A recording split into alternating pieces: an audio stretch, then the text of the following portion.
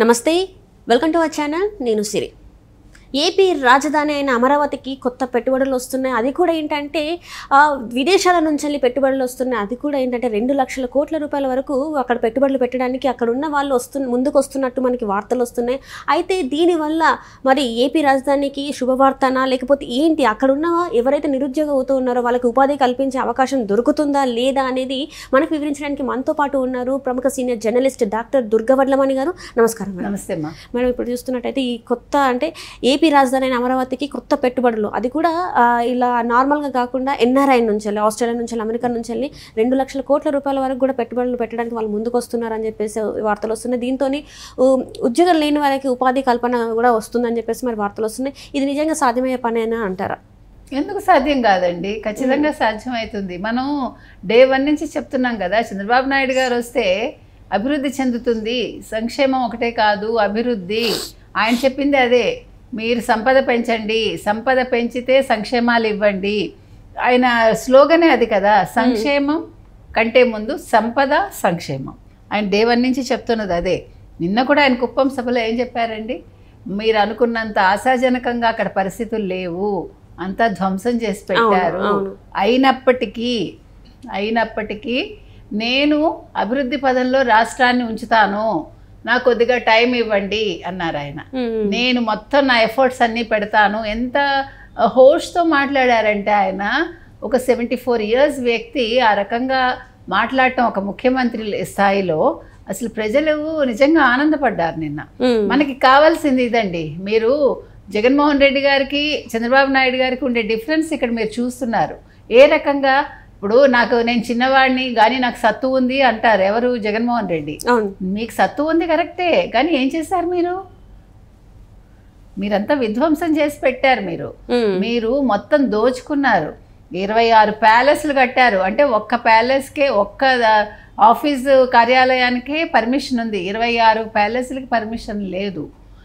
ఎక్కడికక్కడ మీరు శాండ్ ఎక్కడ పడితే అక్కడ, అసలు ల్యాండ్, మద్యం, అసలు ఏ స్కామ్ లేదు వాళ్ళ ప్లేస్లో. వాళ్ళు అంటే వాళ్ళ టైంలో, వాళ్ళ 5 ఏళ్లలో వాళ్ళు దోచుకున్నారు రాష్ట్రాన్ని.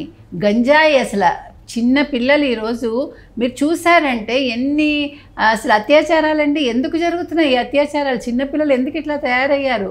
ఆ గంజాయి మత్తులో వాళ్ళు ఏం చేస్తున్నారో వాళ్ళకి తెలియక ఈరోజు రాష్ట్రంలో ఇప్పుడు 30,000 మంది మాయమయ్యారని ఆ రోజు పవన్ కళ్యాణ్ మాట్లాడితే వీళ్ళ కోపాలు వచ్చాయి కదా. మీరు ఏం చేసినారు? రాగానే వీళ్ళు ఎవరో ప్రశ్నించారు, 30,000 మందిని వెనక్కి రప్పించండి అని. రప్పిస్తాడు ఆయన. ఈరోజు కృష్ణతేజ గారిని ఎందుకు తెచ్చుకుంటున్నాడు ఆయన, ఐఏఎస్ ఆఫీసర్ని? ఎందుకంటే అతను కేరళలో ప్రూవ్ చేశాడు. అతను విద్యార్థులకు జరుగుతున్న సేమ్ ఇదే సమస్యని ఆయన అక్కడ దాన్ని సాల్వ్ చేశాడు అతను. కాబట్టి జరుగుతాయి. మీరు టైం ఇవ్వకుండా చేయరా అంటే ఎక్కడి నుంచి చేస్తారు? మీరు ఏం ఉంచారని అక్కడ? ఏమన్నా అక్కడ నిధులున్నాయా? అప్పులు తప్ప.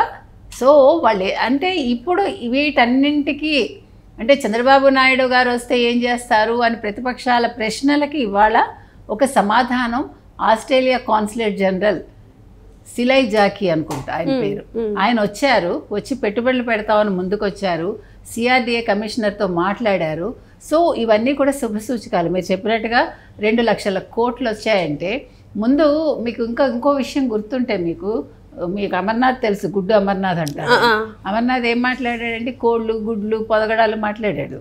మన ఈయనెవరు, జగన్మోహన్ రెడ్డి గారు మీకు గుర్తుంటే ఒక టీవీ ఛానల్కి ఇచ్చిన ఇంటర్వ్యూలో ఒక జర్నలిస్ట్కి, పరిశ్రమలు వస్తే ఏమీ ఉద్యోగాలు రావండి, పెట్టుబడులు పెడితే ఉద్యోగాలు రావండి. ఒక పానీపూరి బండి, ఒక మీట్ కార్టు, ఒక ఫిష్ కార్టు, మీకు గుర్తుందా?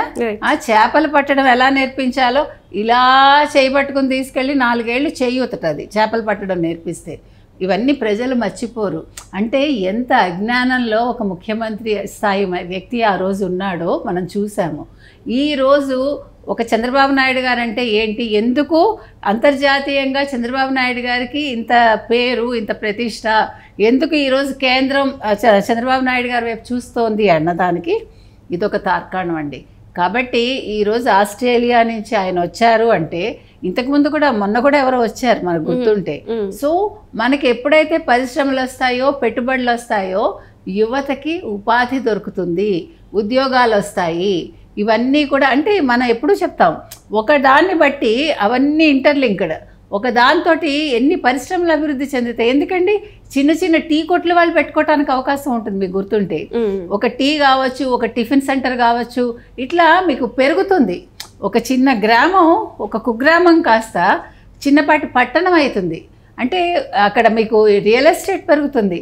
వాట్ నాట్, ప్రతి దానికి అవకాశం ఉంటుంది. మీకు ఒక్క పరిశ్రమ ఇంతమందికి ఉపాధి కల్పిస్తుంది. ఇన్ని రకాలుగా మనకి వ్యాపారాలకి ఒక అవకాశాన్ని కల్పిస్తుంది. సో ప్రజలు సంతోషంగా బతకచ్చు. ఇవాళ ఒక ఇడ్లీ బండి అతను రోజుకి 1000 రూపాయలు మించి సంపాదిస్తాడండి.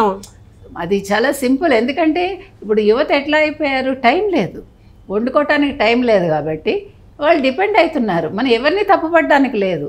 ఇప్పుడు యువత ఎందుకు వండుకోరు, వాళ్ళు ఎందుకు పద్ధతిగా ఉండరు, వాళ్ళకు ఉండే పద్ధతి వాళ్ళకు ఉంటుంది. వాళ్ళ టైం స్కెడ్యూల్లో వాళ్ళు ఏం చేయాలో అది చేస్తున్నారు. కాబట్టి ఇప్పుడు యువత వల్ల ఇంతమందికి ఉపాధి దొరుకుతుంది. మనం అది కూడా ఆలోచించాలి. సరే ఆరోగ్యం ముఖ్యమే కాదని ఎవరో వంటల్లా.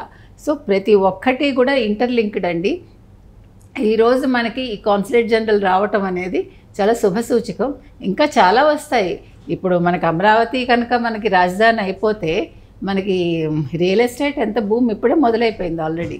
రియల్ ఎస్టేట్ ఎప్పుడైతే భూమి వచ్చిందో రాష్ట్రం అభివృద్ధి చెందినట్టే. మీకు 5 ఏళ్ళు మీకు అసలు అక్కడ కొన్న వాళ్ళందరూ అమ్ముకుని పారిపోవటానికి కూడా లేకుండా అక్కడ ఇబ్బంది పడ్డారు. మీకు తెలుసా, అక్కడ ఒక ఫ్లాట్ కొనుక్కుని దాన్ని అమ్ముకోవటానికి రిజిస్ట్రేషన్కి తిప్పలు పడ్డారు.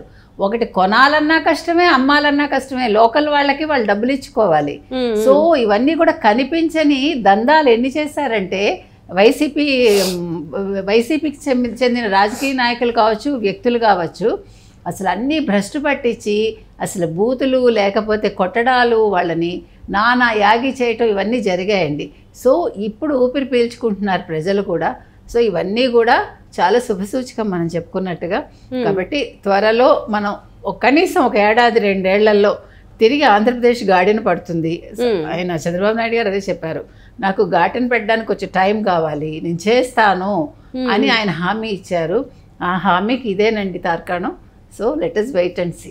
అంటే ఇక్కడ చూసినట్టయితే చాలా వరకు ఈ 5 ఏళ్లలో 20 సంవత్సరాలు వెనక్కి వెళ్ళిపోయింది ఏపీ అని చెప్పేసి అందరూ మాట్లాడడం మనం వింటూనే ఉన్నాం. మరి 20 సంవత్సరాలు వెనక్కి వెళ్ళిపోయిన ఏపీని మరి ఈ 5 సంవత్సరాల్లో గాడి ఎక్కించగలుగుతారా లేదా అనేది చాలా మందిలో డౌట్ ఉంది. మీరు ఇందాక చెప్పినట్టే భూముల విషయమే కావచ్చు, పరిశ్రమల విషయమే కావచ్చు, ఏదైనా కూడా అక్కడైతే నిరుద్యోగం ఎంత ఉందో మనం చూసాం. యువత అయితే పక్క రాష్ట్రాలకే వెళ్ళిపోయింది, అక్కడ చాలా వరకు యువత లేదు అని.